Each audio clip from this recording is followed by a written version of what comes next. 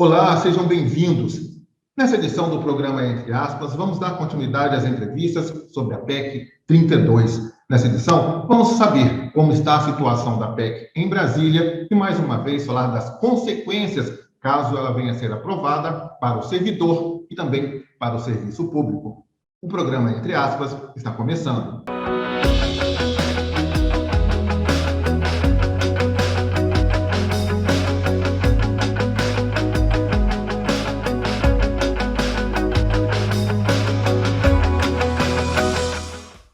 E nessa edição do Entre Aspas, a nossa conversa vai ser com o professor e também pesquisador Normando Lima. Professor, seja muito bem-vindo aqui ao Entre Aspas. Obrigado por ter aceitado o nosso convite. Eu que agradeço, Vladimir, por estar aqui com vocês e a gente poder ter esse bate-papo sobre uma coisa muito séria, sobre as questões que estão acontecendo aí, que tanto nos atinge como servidores públicos, né? Então, é importante que haja esse espaço aberto pelos movimentos sindicais, entendeu? Por esse tipo de programa que esclarece realmente a população o que está acontecendo por detrás dos bastidores, porque a linguagem não é tão simples, é uma linguagem técnica, e às vezes a gente tem que trazer essa linguagem para que seja acessível a todas as pessoas, para ter um entendimento de como isso afeta o dia a dia de cada cidadão. E para começar a nossa conversa, professor, eu te pergunto, como está hoje a situação da PEC lá em Brasília, na Câmara dos Deputados? Ela está no processo de leitura, na comissão especial, ela vai ter votações lá, já é um processo de votação simples para depois ir para a votação em assembleia, que aí tem que passar pelo Senado e pela Câmara. Mas ela chegou de uma forma muito abrupta, muito perigosa mesmo, extremamente maldosa, extremamente danosa à sociedade brasileira, com premissas falsas, e teve uma série de modificações que aliviaram por um lado, mas ficou um jaburus que se torna complicado, que é o termo jaburu que a gente diz, algumas armadilhas ficaram ali que enganam. Então, as pessoas pensam que não vão ser afetadas pela PEC de uma certa forma, como aqueles servidores também que estão antigos, eles serão afetados pela PEC, que é um mero engano, que ela está garantida a estabilidade. E outros pontos que a gente pode discutir aqui no decorrer do processo, a gente vai falando gradativamente, a gente vai explicando com mais calma. O senhor falou aí em armadilhas. Que armadilhas são essas que tornam a PEC tão temida? Uma das piores armadilhas que tem nela, Vladimir, é a questão da falsa expectativa de estabilidade. Porque, ao mesmo tempo que ele manteve a estabilidade dos servidores que estão e dos que vão entrar, existe existe nela uma lei, um artigo que diz que se aqueles cargos se tornarem obsoletos ou forem extintos, os servidores poderão ser demitidos. Então, quer dizer, é um artigo extremamente perigoso. E esse artigo, ele não afeta muito a pessoa que está entrando no concurso agora, por incrível que pareça. Porque se o cargo é novo, se o concurso é recente, os cargos são novos. Então, esse pessoal que está entrando agora num concurso, que entrar agora, ele pode estar mais livre de um problema desse de que é antigo. Porque tem pessoas em funções antigas que a estrutura administrativa vai se modernizando e alguns cargos vão se tornando obsoletos. Vamos dar um exemplo aqui. Antigamente existia o cargo de datilógrafo. Deixou de existir esse cargo. Pronto. O que foi que a gestão fez? Pegou, capacitou essa pessoa para trabalhar com computador. Mudou de função e a pessoa continuou lá no servidor, se atualizou, se capacitou, foi dada essa capacitação. Ele foi readaptado às novas funções. Na proposta que está aí da PEC, ele pode ser demitido, indenizado, simplesmente com meio de salário para cada ano trabalhado. Agora, uma pessoa que já tem 20 anos de serviço público, já está na idade certa, idade avançada, próxima à aposentadoria, um cargo desse se torna obsoleto. E aí, o que é que acontece? Essa pessoa vai se conseguir se inserir novamente no mercado de trabalho? A vida toda fez aquele serviço para o Estado, que se dedicou a um concurso, se dedicou à sua formação profissional para estar ali, se capacitou em função daquilo que ele executava, e aí agora ele pode ser jogado na rua? Pode ser demitido, está na proposta isso. Entendeu? Que se os cargos se tornam obsoletos, e isso vai afetar mais as pessoas antigas, não as novas, porque as novas entram em cargos novos. Então, esses cargos até se tornarem obsoletos, eles podem levar muito mais tempo. Então, a ilusão de dizer que a estabilidade existe, ela é um mito, ela é falsa. Então, na realidade, temos sérios riscos que corremos, que é complicadíssimo. Entendeu? O senhor falou aí da estabilidade, que não vai afetar diretamente aquelas pessoas, né, os novos servidores públicos, aqueles que podem entrar por concurso. No caso, com essas alterações da PEC, a possibilidade de que cheguem pessoas não qualificadas para assumirem os cargos? Aí já é outra armadilha que tem.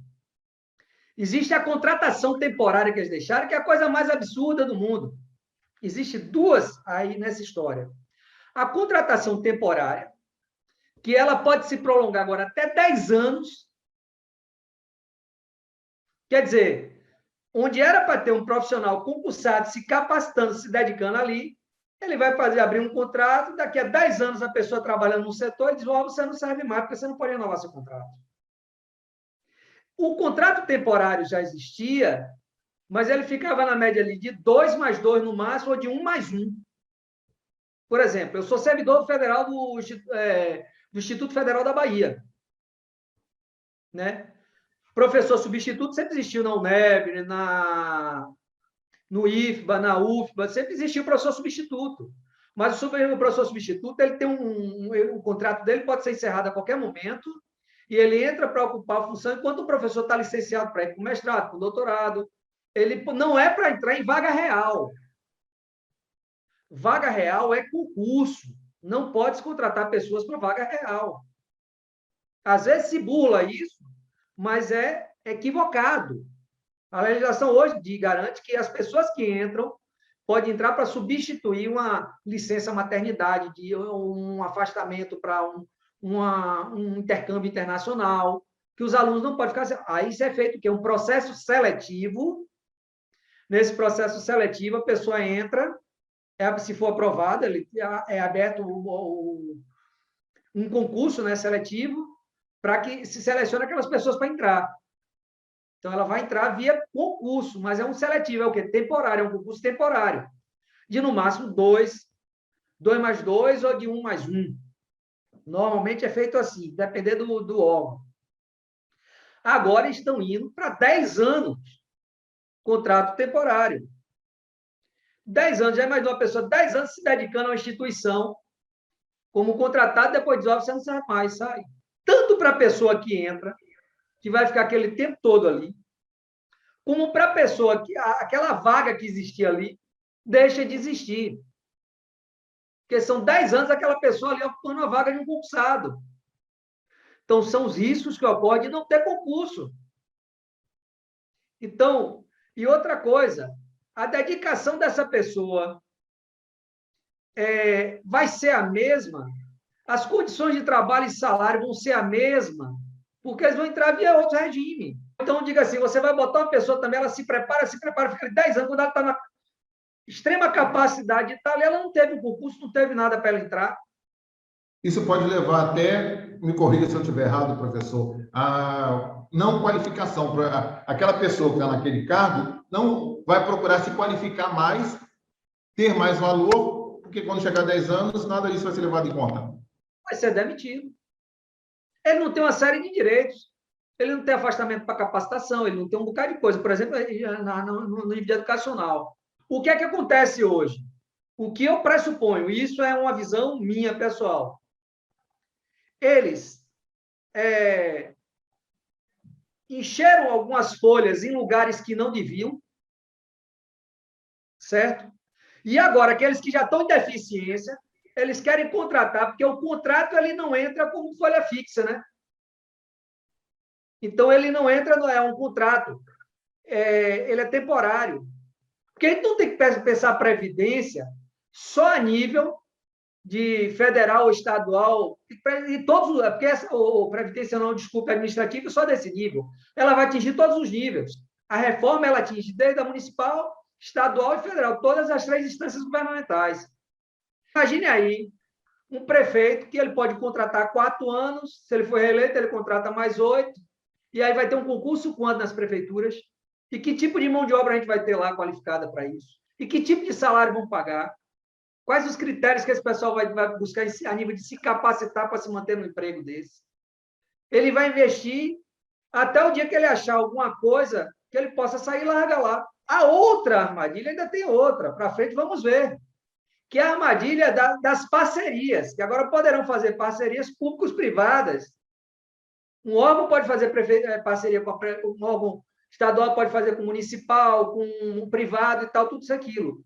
Essas parcerias que a gente chama são os verdadeiros convênios que existem aí, que a gente sabe as zebras que tem dado isso. Porque você terceiriza o que era para ser concursado. Então, em vez de você ter uma mão de obra qualificada, você vai ter uma mão de obra terceirizada. Quando você terceiriza para uma empresa, aí, normalmente, quem está contratando a empresa tem a prioridade de indicar as pessoas que vão trabalhar naquela empresa. Entendeu? Por exemplo, uma empresa da Casa Prego ganha aqui, na minha cidade, no caso aqui, Jacobina, a licitação para terceirização de hospital. Vai ter os cargos que podem ser selecionados por um processo de seleção, sabe Deus como. Né? Já aconteceu vários problemas de justiça desses seletivos aí, desses concursos, a gente sabe disso. E aí você pega e vai ter aqueles cargos que são indicados. Quem vai indicar esses cargos? É a empresa? Acho difícil. Então, eu posso dizer que uma outra armadilha seria o apadrinhamento político? Vai poder acontecer esse apadrinhamento através das empresas terceirizadas a nível de parcerias. Não há como ver isso de forma positiva. É mais uma armadilha para indicação política. Entendeu? É mais uma armadilha. Outra coisa, por exemplo, vocês que são da saúde, é muito comum. Eu hoje faço parte também da saúde, porque minha área de educação física também envolve saúde. Trabalhei na AST também na área de saúde. Eu sou acupunturista, fitoterapeuta. Então, é preciso entender uma coisa. Vocês já viram como funcionam esses contratos de parceria com hospitais, né?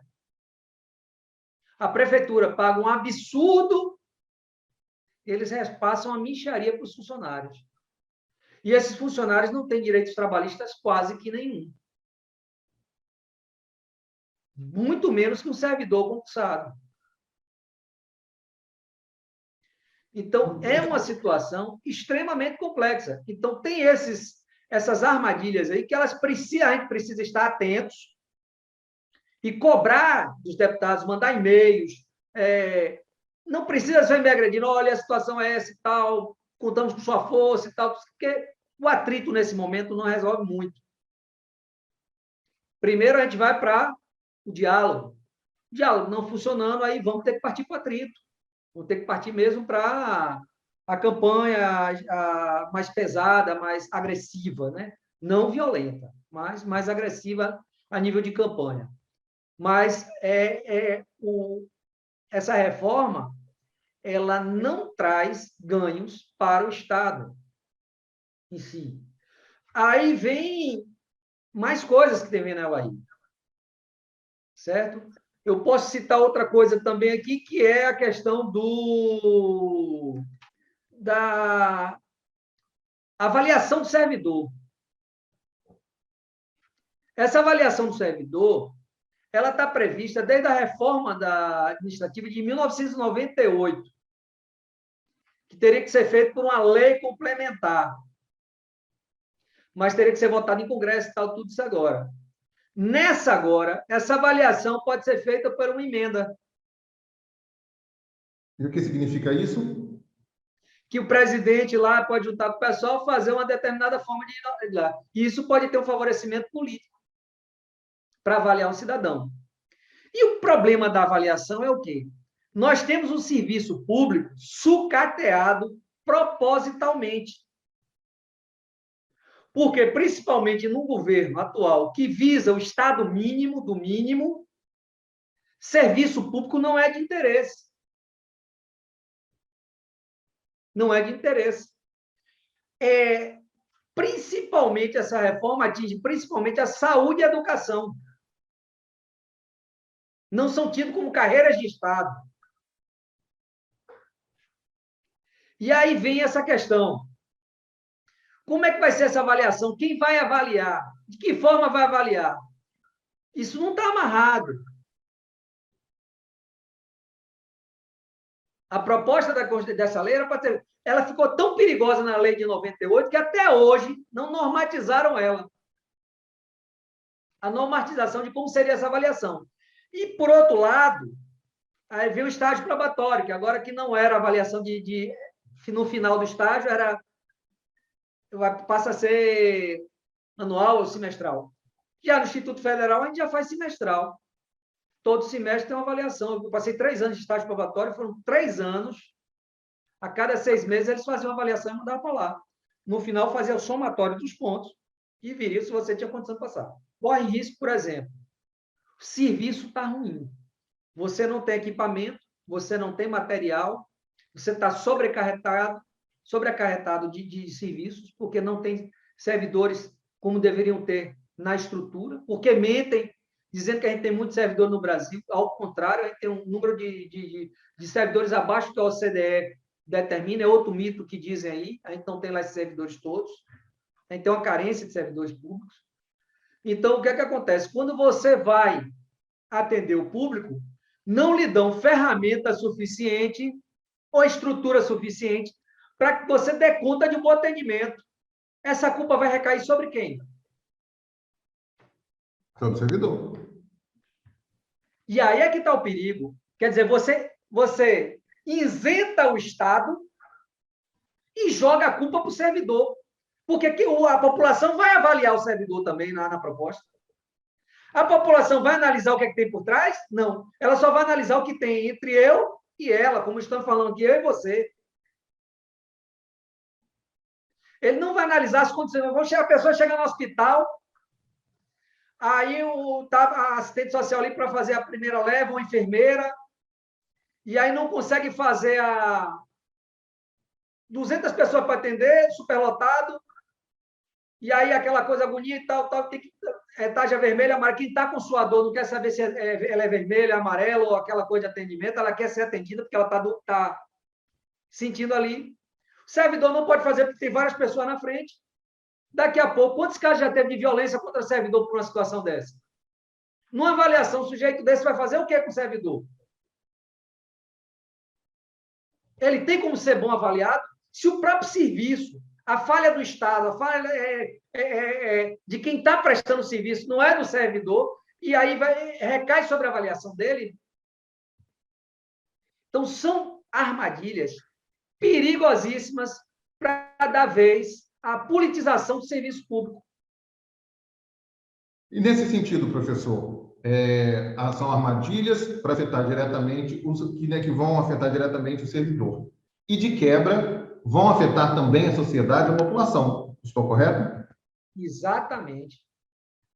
Já imaginou o servidor agora que fica na linha de frente? Como é que ele vai ficar? Aquele que está diretamente com atendimento ao público. Agora, vamos imaginar a secretaria, o Ministério de Saúde, o núcleo de saúde vai fiscalizar uma empresa. Ela está toda irregular, ou tem fatores irregulares lá. Depois, aquela empresa vai avaliar o servidor se ele fez o serviço certo ou errado. É uma coisa sem lógica, gente.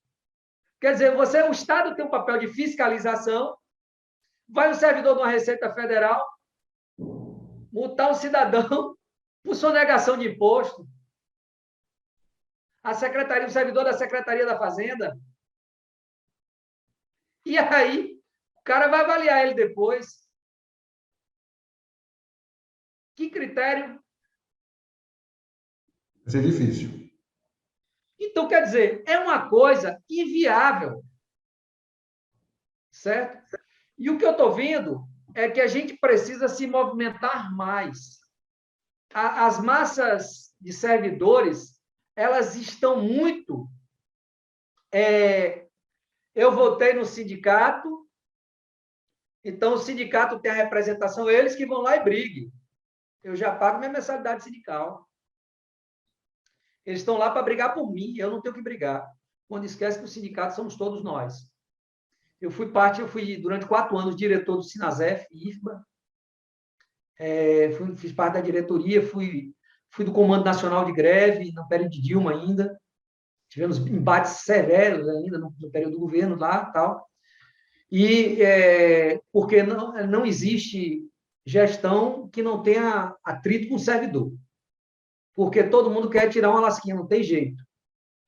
Nós passamos a reforma da Previdência em Fernando Henrique, passamos a reforma em Lula, passamos a reforma em Dilma, e agora passamos outra em Bolsonaro. Será que o próximo governo vai fazer outra reforma? Por quê? A apatia do servidor. O que está acontecendo no Brasil, em outros países da Europa, o povo já tinha tocado fogo em tudo. Não estou dizendo que vai fazer isso, mas o povo já tinha ido para a rua numa manifestação pesada. Eu quero saber até quando vão esperar pisarem no pescoço da gente para a gente realmente acordar, sair do comodismo, ou então vão esperar ser demitido e receber o salário de 30 anos de trabalho, 30 salários. Vai fazer o quê com 30 salários? Vai investir em quê para poder manter a renda que tem hoje?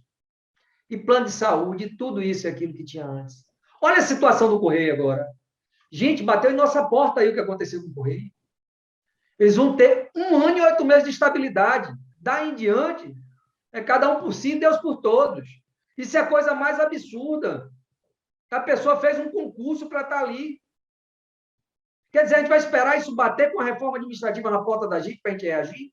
Mexe com as bases de nossa estabilidade. E para que estabilidade? Quem denunciou a Covaxin ali foi um servidor público. Quem denunciou o ministro do Meio Ambiente foi um servidor público. E assim, hoje, diversas outras, estou dizendo essas que são mais recentes, não para não ser tendencioso político, aqui para dizer, fulano tal, sou de esquerda, não tenho por que negar. Nunca vi da direita brigando por direito do trabalhador. Não conheço, desconheço.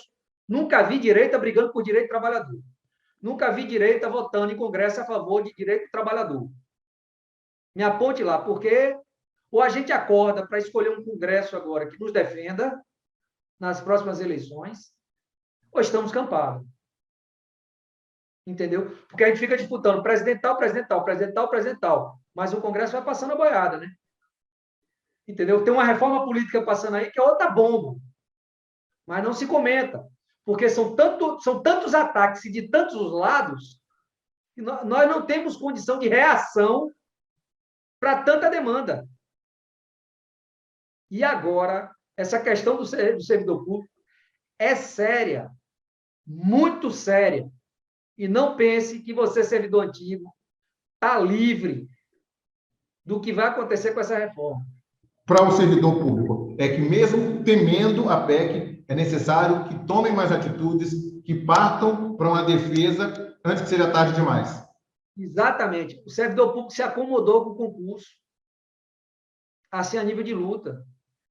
Aquelas pessoas que já tinham a tendência de luta se mantiveram ali na luta, por questões ideológicas, políticas e tal, tudo aquilo, mas a grande massa de servidor, ela se acomodou.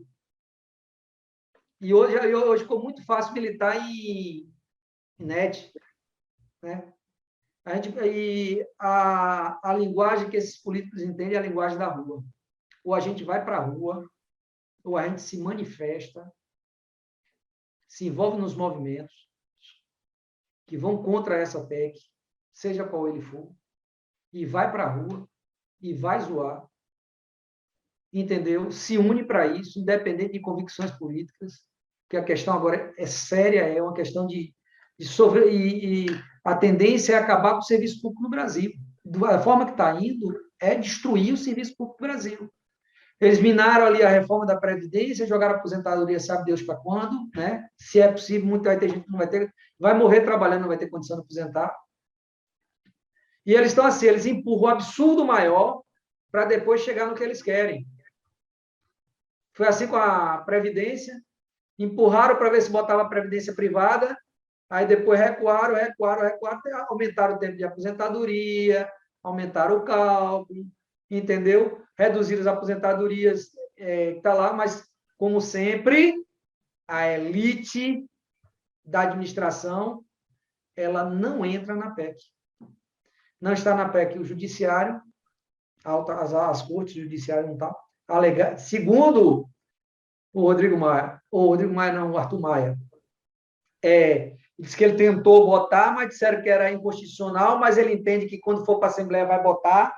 Eu acho difícil, entendeu? As carreiras de estados ficaram restritas ali, aquele grupozinho, e qualquer carreira de servidor público é carreira de Estado. A gente está trabalhando para quem? Para o Estado? Então, a gente é carreira de quê? Se não é carreira de Estado. Diante do que o senhor disse aí agora, a PEC, então, vem beneficiar quem ganha os maiores salários e atingir diretamente os menores salários. Exatamente. Você vai atingir quem sempre atingiu. Se você reparar, historicamente, você vai ver, a reforma administrativa, ela atinge o mesmo grupo que a reforma da Previdência atingiu. Agora, quer ver uma coisa aqui para vocês ficarem bestas? Saúde equivale a 4,26% do PIB. Educação, 2,49%, os maiores atingidos. Não dá 7% do PIB. Isso eu não estou falando só de mão de obra, de trabalho. Estou falando de todos os gastos na saúde, 4,26% do PIB. Isso foi tirado de 2020 Você vai encontrar tudo isso num site maravilhoso, que é até muito bom. Aconselho a todo mundo a pesquisar para entender sobre a situação econômica do Brasil. Auditoria Cidadã. Com Fatorelli. Ela participou da auditoria da Grécia e tudo, e de outros países. É uma renomada auditora a nível de dívida pública. E nosso problema todo, por que essas reformas todas? Vocês já se perguntaram por que todas essas reformas? É porque tem que tirar dinheiro para pagar a dívida pública. Sabe quanto equivale sabe quanto por dia se pagava de juros em 2020 da dívida pública? Por dia? 2,8 bi por dia. Certo? Sabe quem são donos da dívida pública? Os bancos. Os grandes empresários têm títulos da dívida pública. A dívida pública está prevista para ser auditada desde a Constituição de 88. Nunca foi, ninguém mete a mão nesse caroço, nesse angu de caroço. Entendeu? Se auditar essa dívida pública, sobra dinheiro para tudo. A dívida pública, ela leva... deixa eu ver aqui um dado aqui para vocês, só terem ideia do PIB do Brasil, quanto é que ela leva. Esse dado é de 2020. Ela levava 39,8% de toda a riqueza do país para amortização de juros, que é proibido, não pode amortizar juros. Juros tem que ser pago. Não pode tirar dinheiro do PIB para pagar, tem que ser para pagar a dívida. Tem uma série de questões aí. Então, precisa tirar dinheiro de algum lugar. Qual é a massa que é mais fácil tirar dinheiro? Servidor público. Servidor. Aí, qual é a população trabalhadora? Porque ninguém vai tirar das elites que estão dizendo que de onde tira, ninguém vai tirar. No período, há uns 8 anos atrás, aos 6 a 8 anos atrás, até o governo de Lula, a gente tinha, em média, de 160 deputados, 150 deputados ligados a questões sociais. Hoje a gente tem uma mixaria de deputados. Não sei se chega a 60, 70. Então, quer dizer, quem defende realmente o povo não está lá na Câmara. Porque o pessoal só resolve votar na elite, naquele deputado que foi lá e dou isso para a minha cidade, meu prefeito falou, vamos votar nele. E aí a gente vai criando um ninho de cobra para morder a gente lá na Câmara de Deputados. E outra coisa, ao escolher um deputado, olhe o que ele votou. Se ele votou a favor dessas emendas, se ele votou a favor dessas reformas, o que é que ele votou a favor de quem lá? Porque só assim a gente vai evitar que essas coisas, como reformas dessas aí, de forma brutal, venham cercear nossos direitos, conquistados com tantas lutas e com tantas mortes que houve nesses processos de luta para poder a gente chegar a esse direito que nós temos hoje. E essa reforma administrativa da PEC 32, ela vai trazer a economia que tanto eles pregam para amenizar o problema deles, já que eles dizem que os gastos com servidores é tão grande? Primeiro que o gasto não é tão grande, né? Acabaram de ver o percentual que é do PIB. O gasto com servidor do Brasil, comparado a qualquer país da OCDE, é um dos menores. Primeiro que nós pagamos péssimos salários. Os piores salários de saúde, os piores salários de educação. Só andar uma grande massa trabalhadora do serviço público, educação e saúde. Vocês são do sindicato de saúde, sabe como é que está esse nível de defasagem de salário de vocês? Quanto ganha um médico concursado pelo SUS? A mixaria que ganha, né? No nosso caso aqui, ainda mais que são os trabalhadores, né? Técnicos, auxiliares de enfermagem. E ainda pior ainda, aí nem se fala. Nem se fala. Eu me lembro que quando eu entrei no NASF contratado, o salário era meu, o contratado era maior do que quem estava lá trabalhando. Hoje o concursado lá ganha uma mixaria. Um assistente social aqui na prefeitura de minha cidade, ela ganha R$ 1.000 e poucos. Isso é uma coisa ilógica. Não chega nem a R$ 2.000 de salário, salvo engano. Eles querem uma saúde de primeiro mundo, pagando um salário de miséria. E aí o que acontece? O servidor precisa se qualificar, o servidor precisa estudar, precisa continuar na sua formação, porque saúde é uma coisa que exige formação continuada. Que condições esse servidor vai ter de investir nisso? Sabendo que, por mais que ele faça, o salário dele não vai crescer quase nada. Então, quer dizer, olha o salário de um professor de um município, do estado. Um professor federal que, para entrar no concurso do Instituto Federal, por exemplo, tem que passar por banca. É o mesmo concurso de universidade. Às vezes exige mestrado, doutorado, tudo isso, aquilo. Não é prova, nem prova. Tem que dar aula, são 3 etapas no concurso. É única profissão que o profissional tem que ser bom em 3 coisas. Em dar aula, em fazer prova, em dar aula, né? Em prova escrita, em dar aula, que é produzir um texto, um artigo, praticamente ali na hora, e ainda tem que ser bom de currículo para poder ter classificação. E aí para pagar o salário que paga. Mas não, eles criaram uma mentalidade coletiva que o servidor é isso, o servidor ganha mundos e fundos.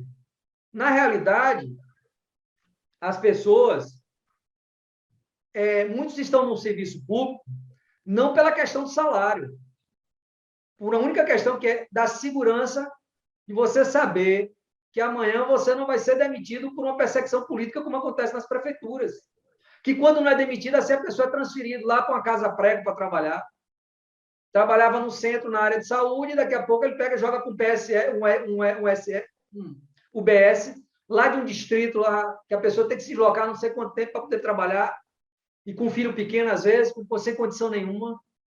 Então, a gente sabe o que é que acontece realmente, né, nesses interiores, entendeu? As perseguições políticas que acontecem em todos os níveis de gestão. Então, o que acontece é isso, ninguém comenta. Outra coisa, quer ver outro mito? O servidor ganha muito. Ah, mas o servidor, quando aposenta, ele só tem um salário.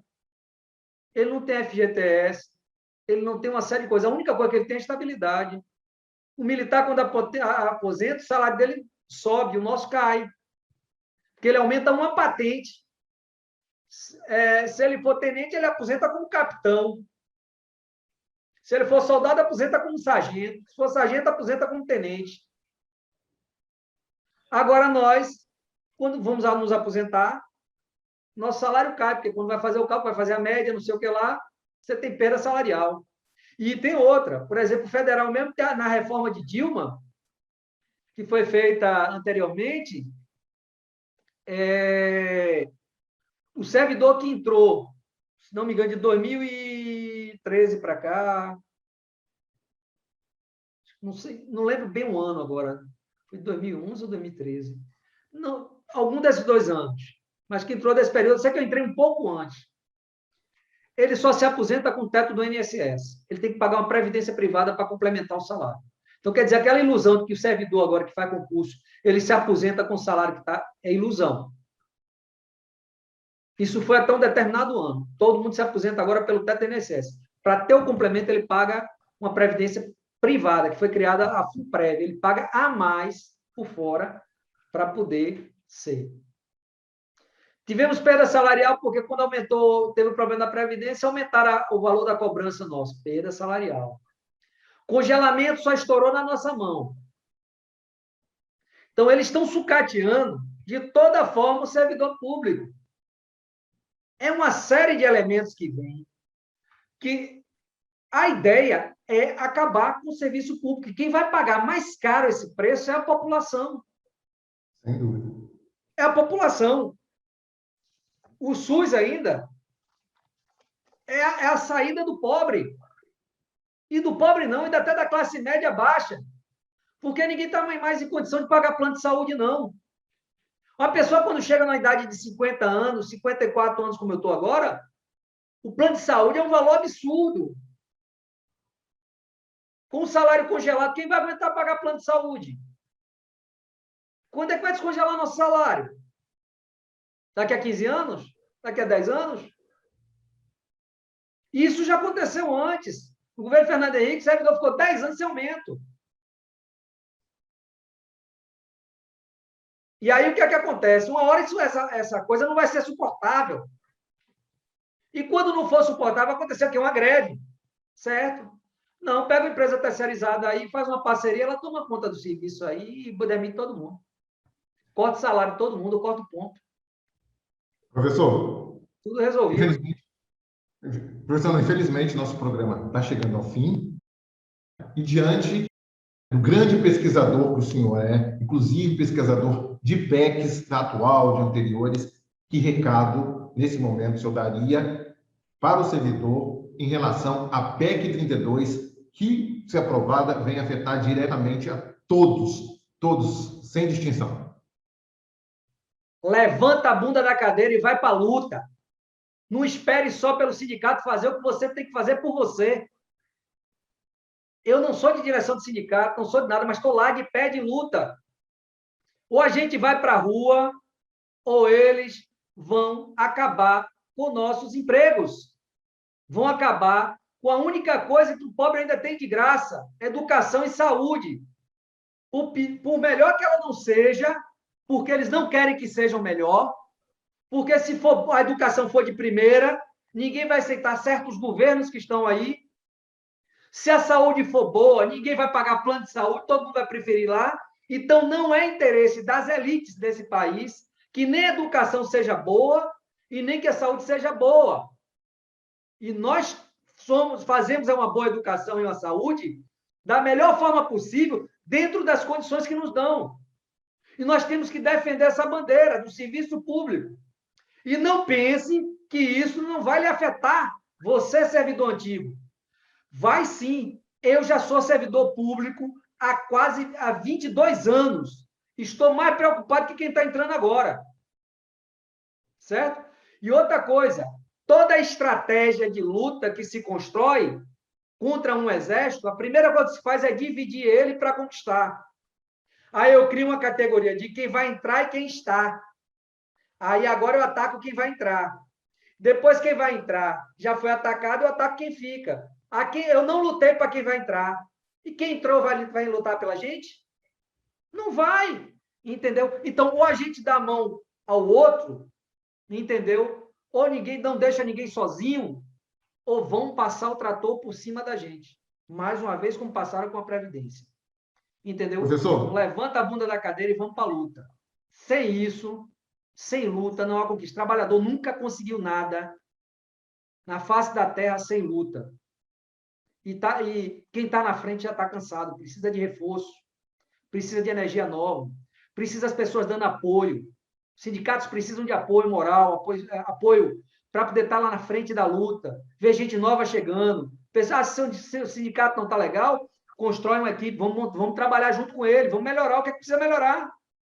Agora, ficar na apatia, esperando que lhe destruam em casa, depois não vem com o processo. Aí vem a depressão, vem a ansiedade, porque não sabe como é que vai ficar. Gente, imagine como se está se passando os servidores do Correio nesse momento. Imagine como está uma família nesse momento. O desespero desses servidores, pela instabilidade, pela insegurança que eles estão de vida. Isso é desumano. Entendeu? Não espere que isso bata na sua porta. Levanta a bunda da cadeira antes que tenha tempo ainda para poder lutar. E estamos na luta, e vamos junto. Vamos mandar e-mail para deputado que a gente conhece, para quem é deputado que a gente não conhece, vamos mandar e-mail para sindicato, vamos para a luta.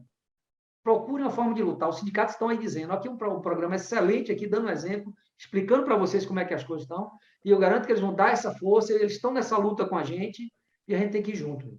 Ninguém larga a mão de ninguém. Esse é o lema.